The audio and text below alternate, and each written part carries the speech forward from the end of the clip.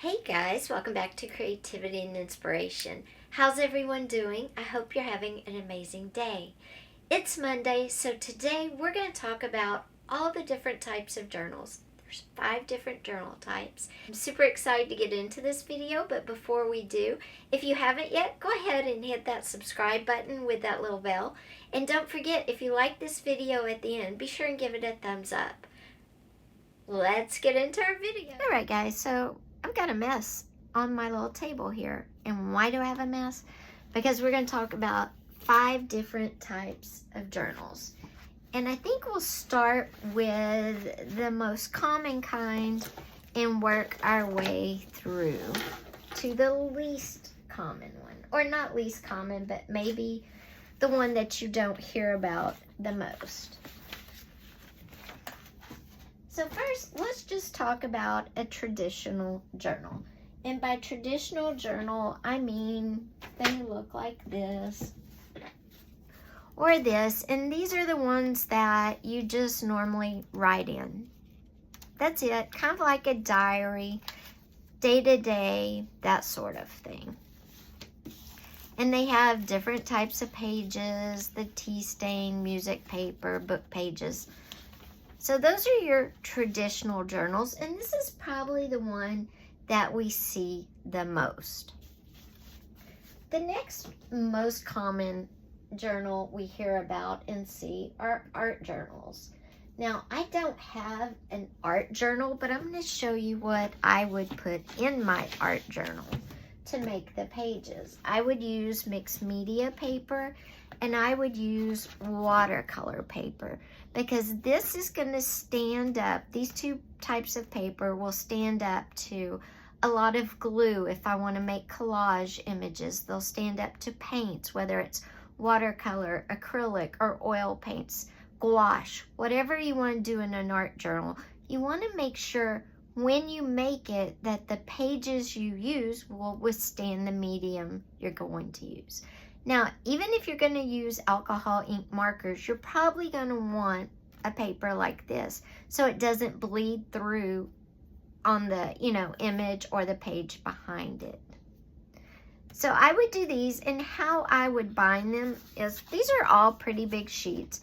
So I could either fold them in half and make a normal size journal, or I would just rip them out whole and connect them on the sides with rings and make a book, like how a book flips.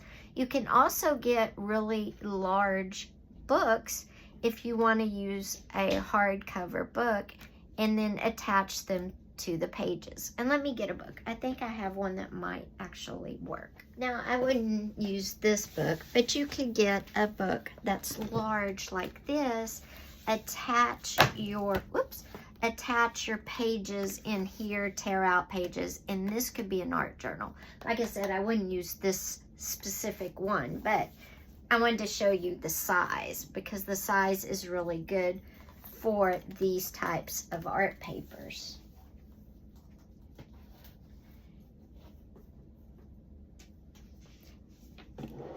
Now, as an artist, instead of doing an art journal, I have about 7 or 8 different sketchbooks, and that is perfectly fine to use as an art journal as well. Just use a sketchbook. You can glue in them, you can paint, you can do everything in a sketchbook. So if you wanted to and you didn't want to make your own art journal, use a sketchbook. They work great. So the traditional journals and the art journals are the ones we hear the most about. Let's go to our next one, and that's the creative journal.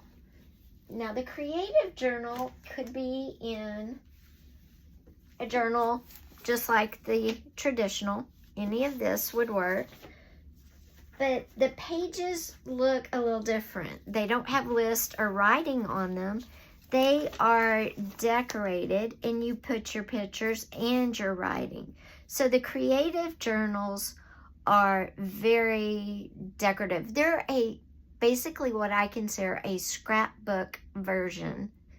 A journal that's a scrapbook version, because the creative journals are very pretty. They've got a lot of art on them, a lot of color, but they also have writing so you can document whatever's happening. They have photos. So they're a combination of a junk journal and a scrapbook. So that's your creative journal, and it's gaining more and more popularity. And again, a creative journal could be on pages just like this, whatever you want it to be on. Now the last two are still very popular, but maybe beginners especially haven't heard about these last two. And the first one we're going to talk about is a flow journal. What is a flow journal? A flow journal is a journal that's not finished. It's not put together, but it has everything contained within the cover to make a whole journal. The person that gets it has everything. They shouldn't have to add anything, and they can make a full journal. So it comes with a cover, it comes with pages, things you could make, pockets, journaling cards, things you could make, tip-ins, napkins if you wanted to decoupage. It comes with, pattern paper, fabrics, paper bags, paper sacks, decorative bags, tissue paper, painted paper, music paper, book pages. It could come with cards. It could come with images, napkins. It would come with, accounting paper. It would come with tags, with paper clips.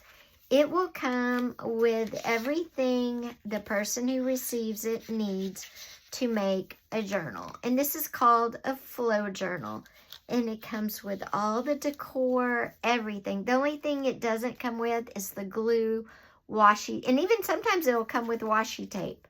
But it doesn't come with glue, double-sided tape, washi tape. But it comes with everything else. Now, if you wanted to paint something, obviously. But anything paper related you need to make a journal comes in a flow journal. And it can come this size.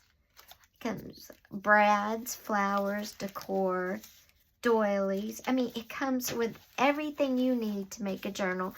And these are not sewn in, as you can tell. They're tied in. So the tie in is holding them in the journal, but you can also use the lace that's tying it, holding it together, see, to decorate your journal. There's some more lace holding it together. They sent beads in this one.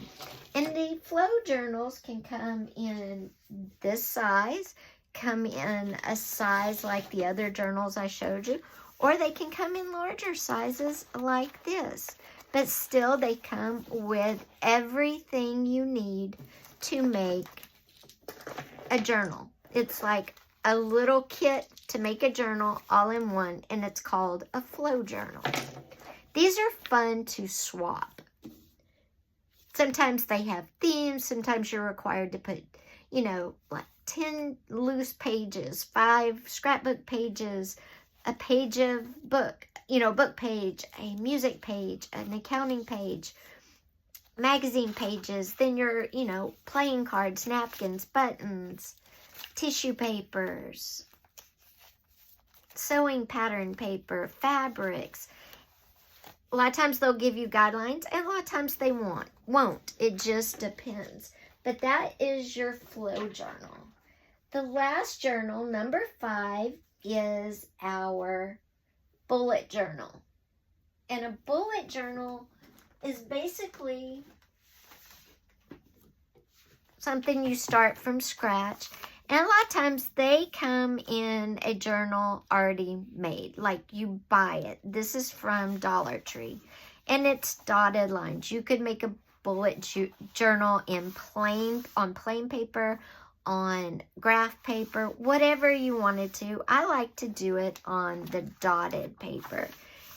And a bullet journal is different because you draw out your theme. You draw out what you want in your bullet journal. And it's not so much like a journal that you write in every day. Think of this as kind of a planner journal hybrid, because you're going to have a month. You're going to have habits you track for the month.